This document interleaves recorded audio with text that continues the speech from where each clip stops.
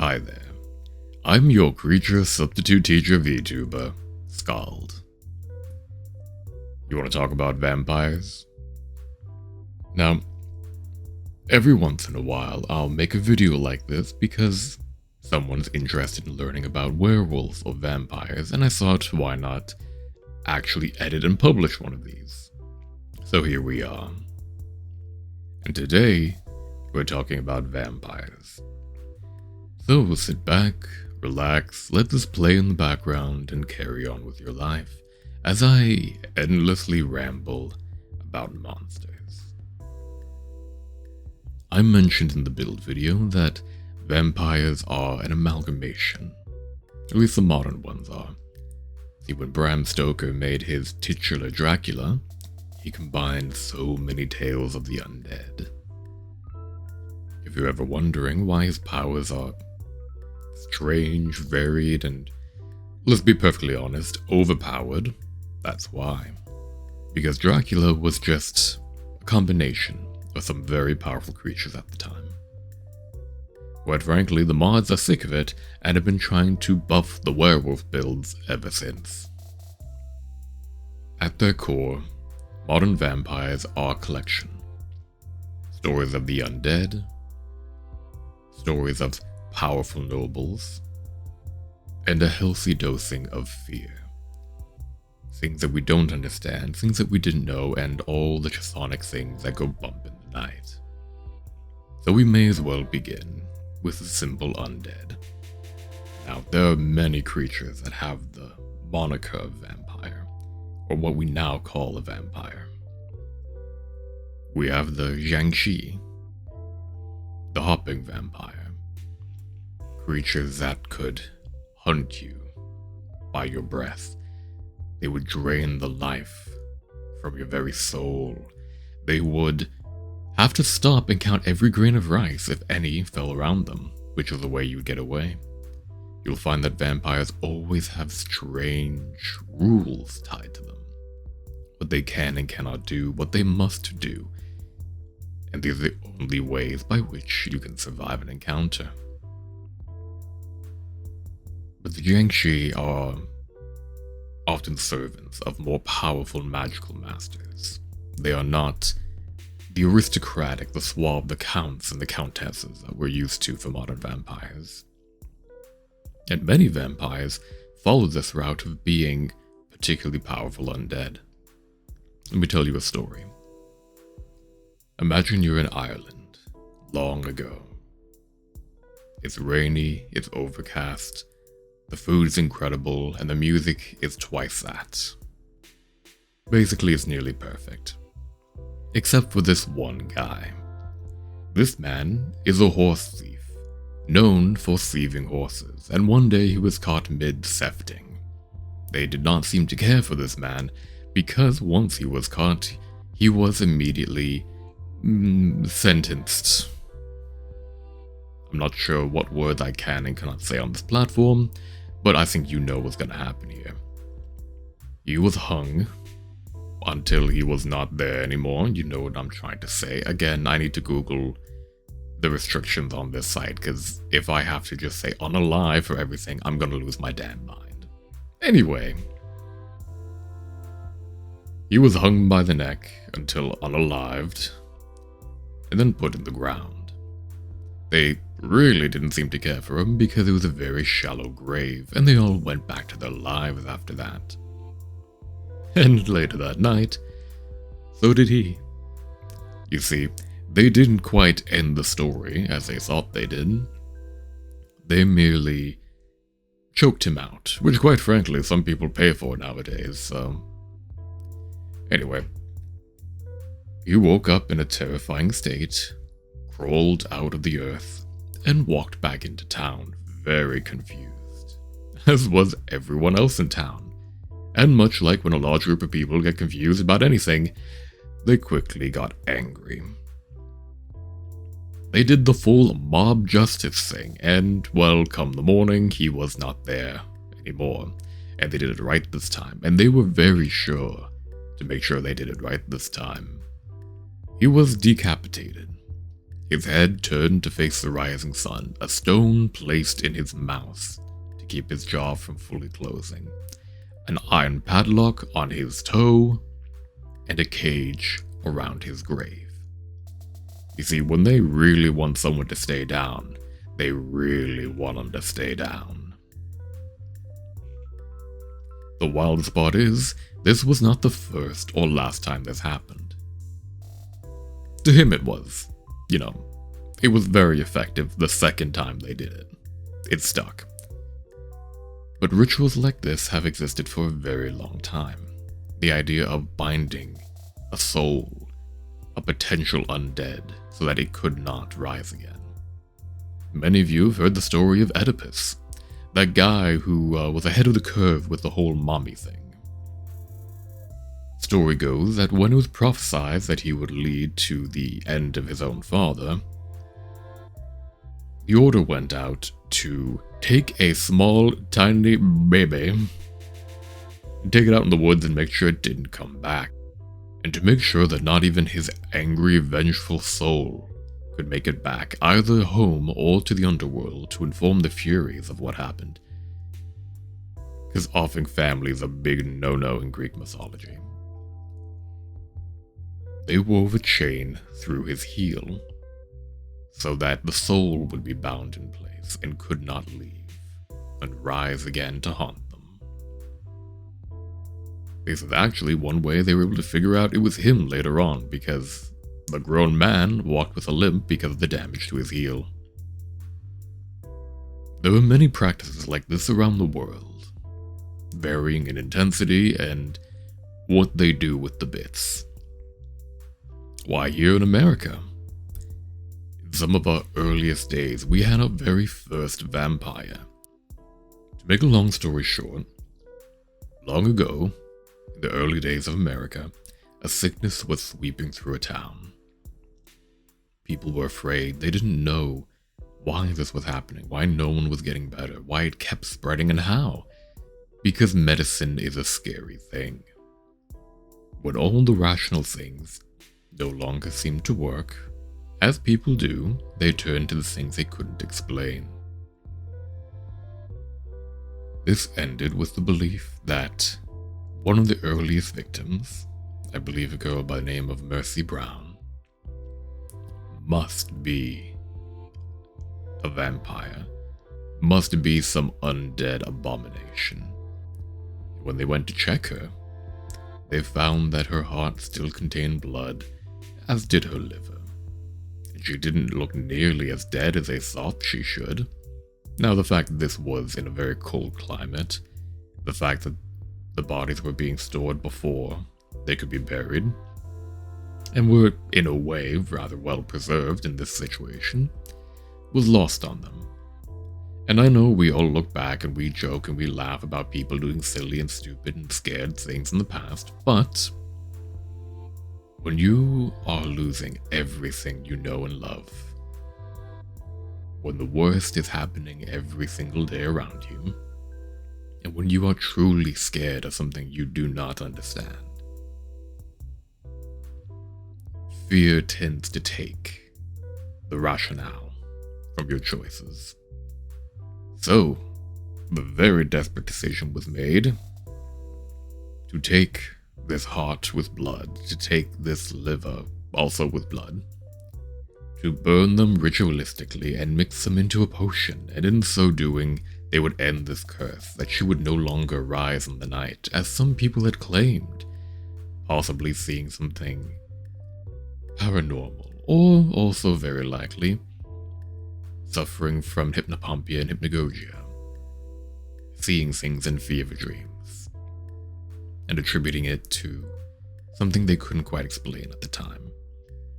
And once they had burned these organs in their ritual, they mixed them into a little potion, and the next part is something I'm pretty sure we can't talk about on YouTube, but yeah, it got gross. It also didn't work. These stories of the undead, and the lengths we go to stop them, shows our fear of the unknown. When disease comes for us and we don't know how to combat it, we do everything we can.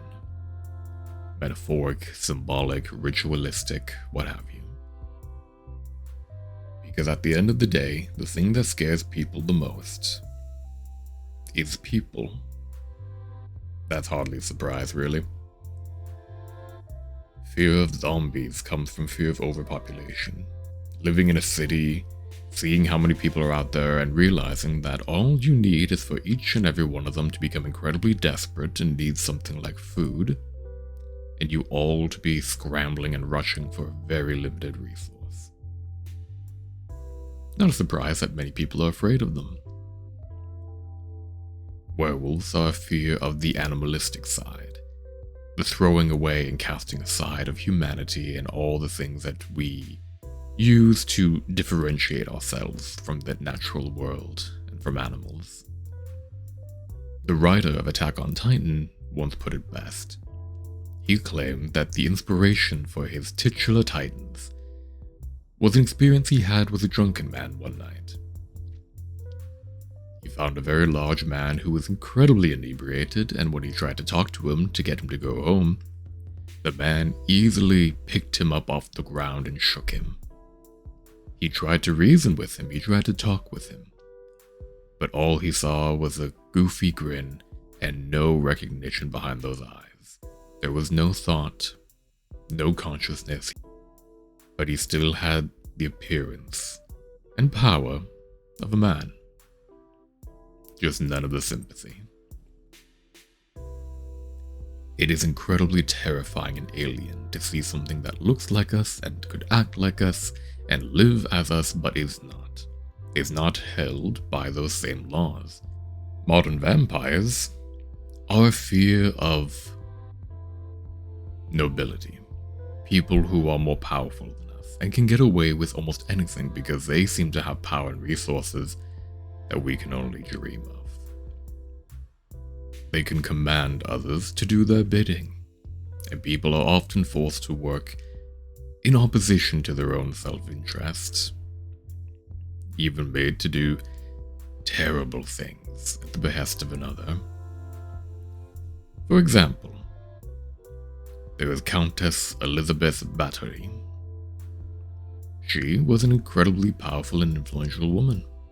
Her husband passed rather early in their marriage and left her in charge of their lands. She had 4 very dedicated handmaidens, and she had many, many more serving girls who worked in her castle.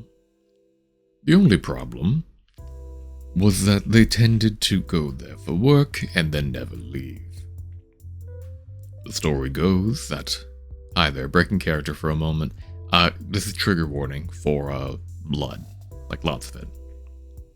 I'm going to shake my head a lot while I'm talking, and when I'm done shaking my head, that means I'm not talking about it anymore. Okay? Okay, that's great. Elizabeth Bathory was known, very unfortunately, for exsanguinating and torturing young women, and bathing in the blood of virgins. Last I heard, it was around 300, but that number could be off. Hi, welcome back. In summary, like, hundreds of girls would work for her and then never go home. She was accused of doing monstrous things. Townsfolk were interviewed during an inquiry. For the longest time, this was allowed to happen because it was only happening to the poor. The peasantry were more than happy to allow their daughters to work and live in a castle. But when they never came back, the person they had to complain to and report to was the one who was taking them. And it wasn't until noble-born girls started going missing that anyone really looked into the issue. People were interviewed, accounts were recorded, and eventually, the 4 handmaidens who supposedly aided her in her dark work were put to death, and Countess Elizabeth Bathory herself was locked away in her castle, never to see the outside world again. Now for many, this is a story of monstrosity, of a true vampire, of the bloody work of a monster, or maybe a person who was deeply, deeply unstable and did these things believing there was some type of rejuvenating quality to them, some magical aspect that would give them power and youth. Other people, in recent years, believe this is very possibly a story of a woman who gained power and then a bunch of people didn't want her to have that power, so they came up with a story about, oh, I don't know what happened, she was just crazy. And use that to justify horrible things to her and taking away that power and keeping it for themselves. Regardless, her story lives on. Stories of monsters and this endless tie between vampires and blood. This idea that the water of life could sustain and give dark and terrible powers. And that's nothing new. Hi there, gonna talk about blood again for a bit, and this is like a really gross one, so yeah, while my head is shaken, do not listen if blood is like an issue with you.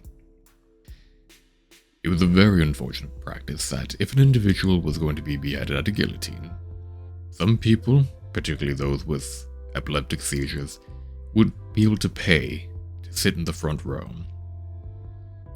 And once the individual's head would roll, they would rush forward to try to collect that water of life, that blood from a still technically alive but quickly on their way out person. Because at the time it was believed that that blood carried a little bit of life, and if they were to ingest it, well, it would give them that life which could heal their ailment. Did it? Of course not. That's really gross, and I try not to think about it too much, but people do stuff when they're desperate. Hi, welcome back.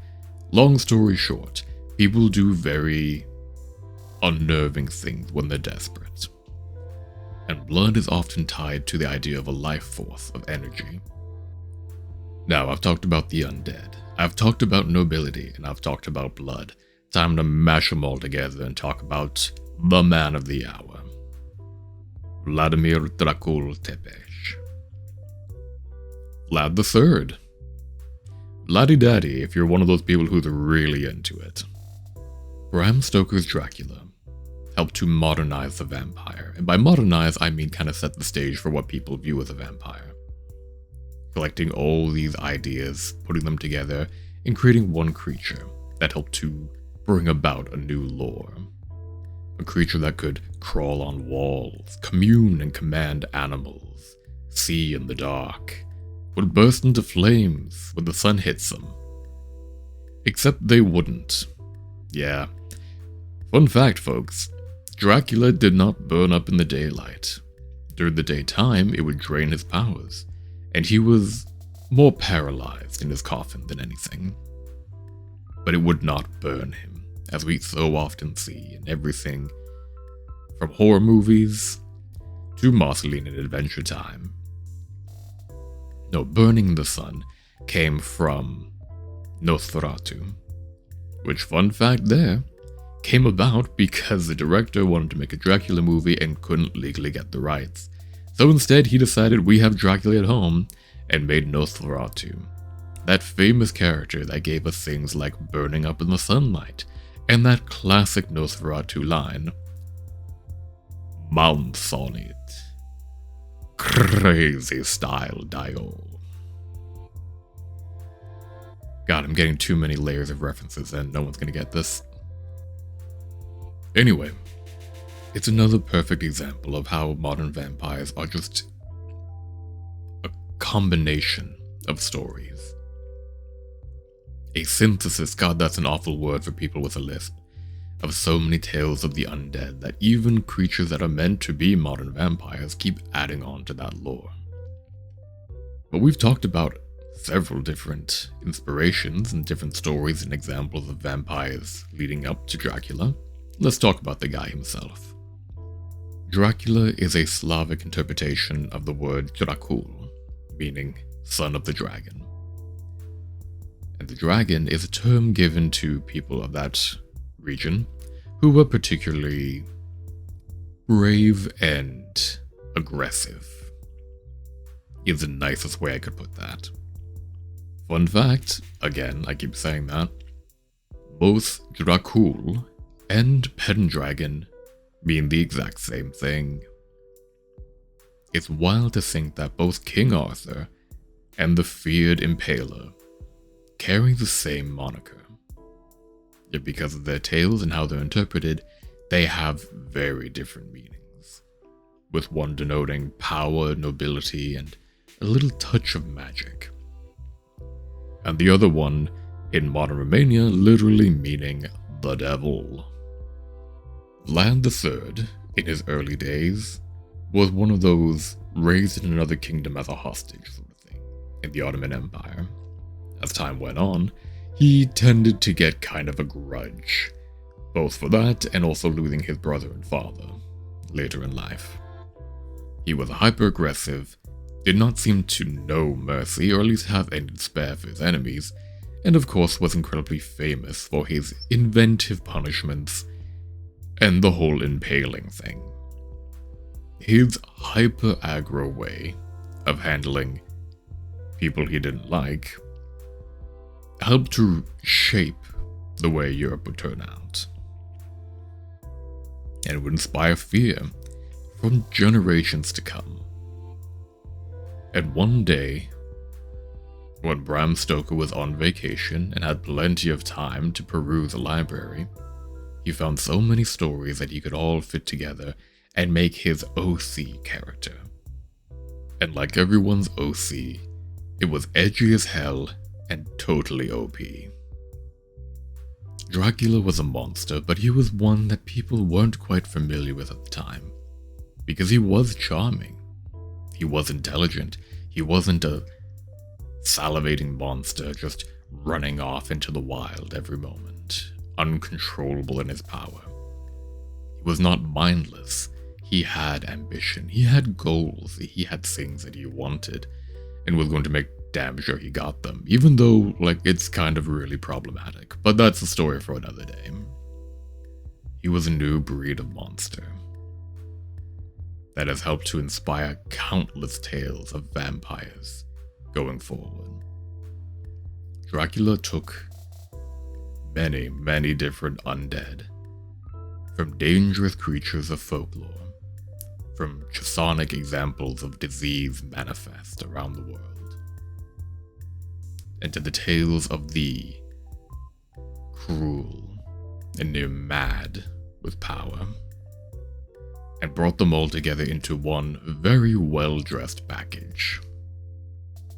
Dracula still inspires vampire tales to this day, and as these stories progress, they in turn will inevitably inspire new stories, new legends, and new creatures to crawl from the imagination and the fear of the people, each one adapting to new times of what it means to be a monster.